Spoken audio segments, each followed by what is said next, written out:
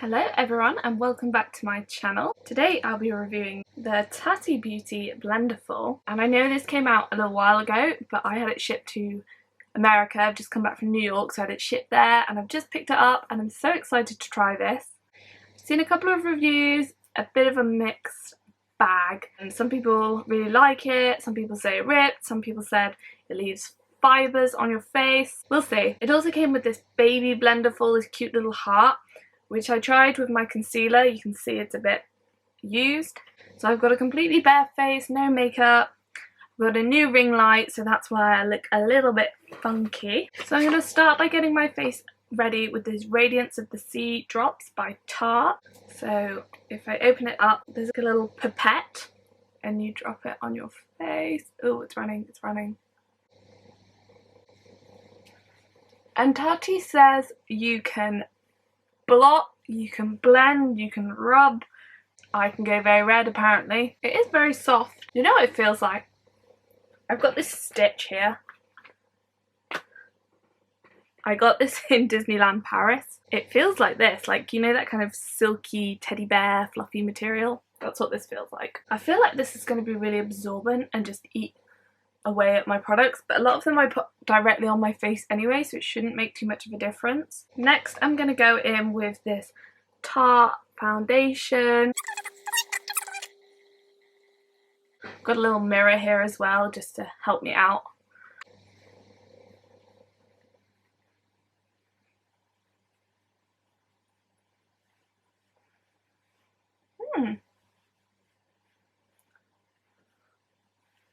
That's nice. It's working.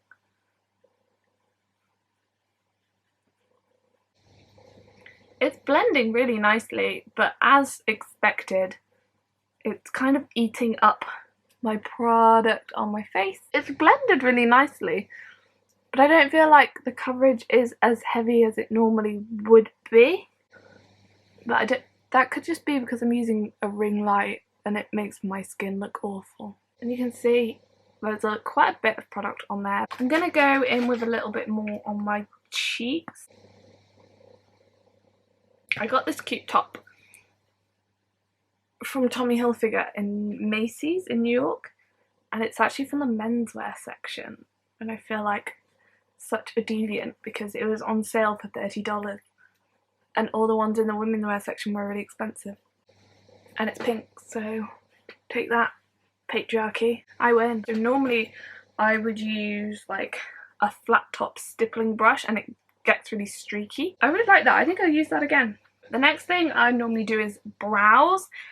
I don't think brows are something it's designed for, so I'll just do these the old-fashioned way. Now brows are done, I'm gonna do my eyeshadow, and for this I'm gonna whack out the Conspiracy palette. I did a review of this when it first came out and I thought it was pretty good. Never had a Jeffree Star palette before, so didn't have anything to compare it to. And then I put away this palette and never used it again. And I think that's because the Tati palette has so many neutral colours. I really find it really wearable, where these colours, they're bonkers. So I'm going to go in with Ranch and my Pills to highlight my brow bone.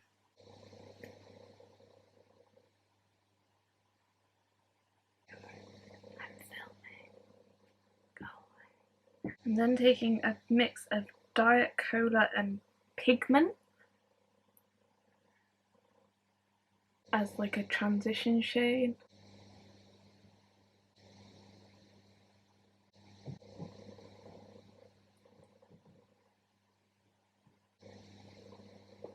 I took Ranch and my Pills and put them along my brow bone, and then I took Pigment, this pink, and Diet Cola and used it as a transition shade. Then I'm going to put Pigment again, like in my inner third. And then I'm going to take Trisha, which is like the hot, hot pink.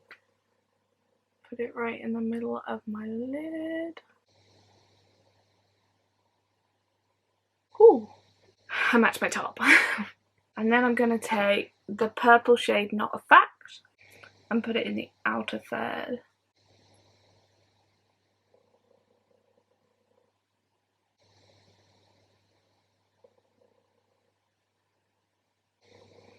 I'm going to take more purple Not a Fact and run it all along my crease.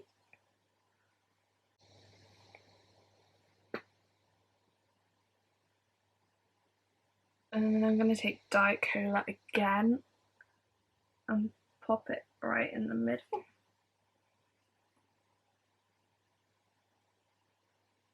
There's a lot of fallout. Look at that. Look like I've been punched in the face. I've been wiping my brushes on the other side of this to like change shade.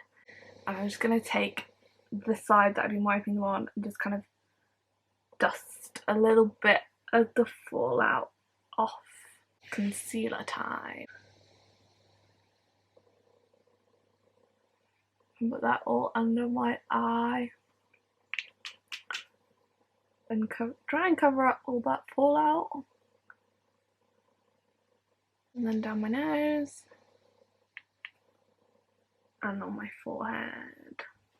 Then I'm going to take this mini Blendiful, and what I normally do is like fold it in half and then like pat it in.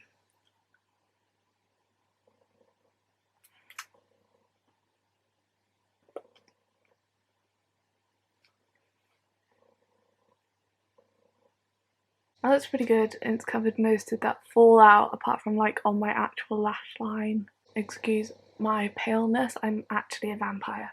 I've got this cream contour kit from Anastasia Beverly Hills, but I've never used it. I bought it in DK Maxx because it was reduced. I tried to put it on eBay, but nobody wanted to buy it. And now Anastasia Beverly Hills is like out of fashion, so no one is going to buy it, so I just use it myself.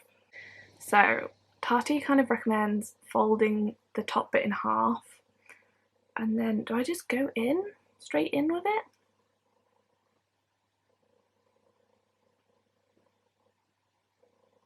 Uh-oh, looks like someone's pooed on my face. Let's put it on first and then we'll blend.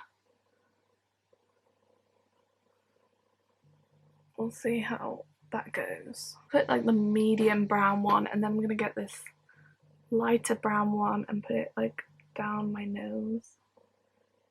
And then back to the dark brown one and kind of do my jawline. Let's blend.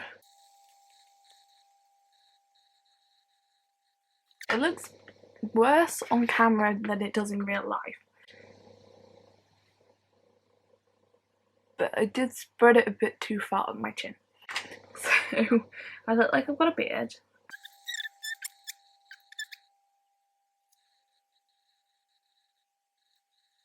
That's not really blended.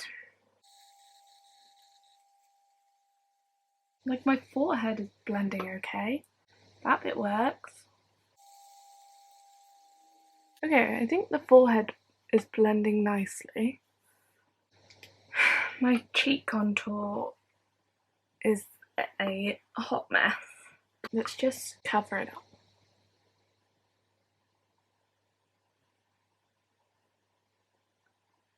I think because I'm used to dabbing, I kind of smeared too much. There's some freckles on my nose that you can still see, which normally would be covered up if I used my brush, but I haven't been this time. Next I'm going to take the Rimmel Match Perfection powder. I do put a bit of powder around under my eyes, but then I don't leave it on for ages and ages. Oh, that picks up nicely. That's really nice. And then I would usually go in with like a big fluffy brush and put powder everywhere else, but instead of doing that, I'm going to keep using the Blendiful.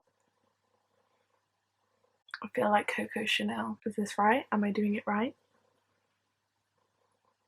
But it looks nice. And then I'm going to take this MAC blush, dip it in.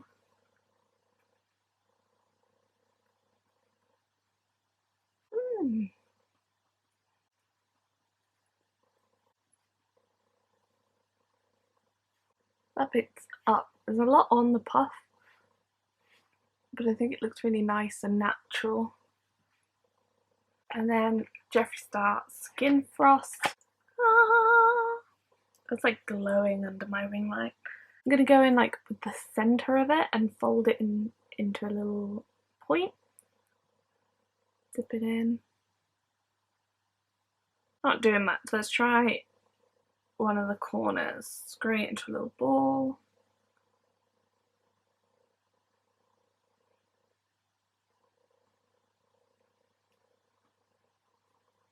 There's a lot on there. Oh, you can see it now. It's not massive to how much is on the blender. Yeah, that one's just sticking. I'm going to take a bit more of the pigment shade, put it under my lash line. And then the darker pink Trisha on the outer, kind of outer edge. That colour is so intense.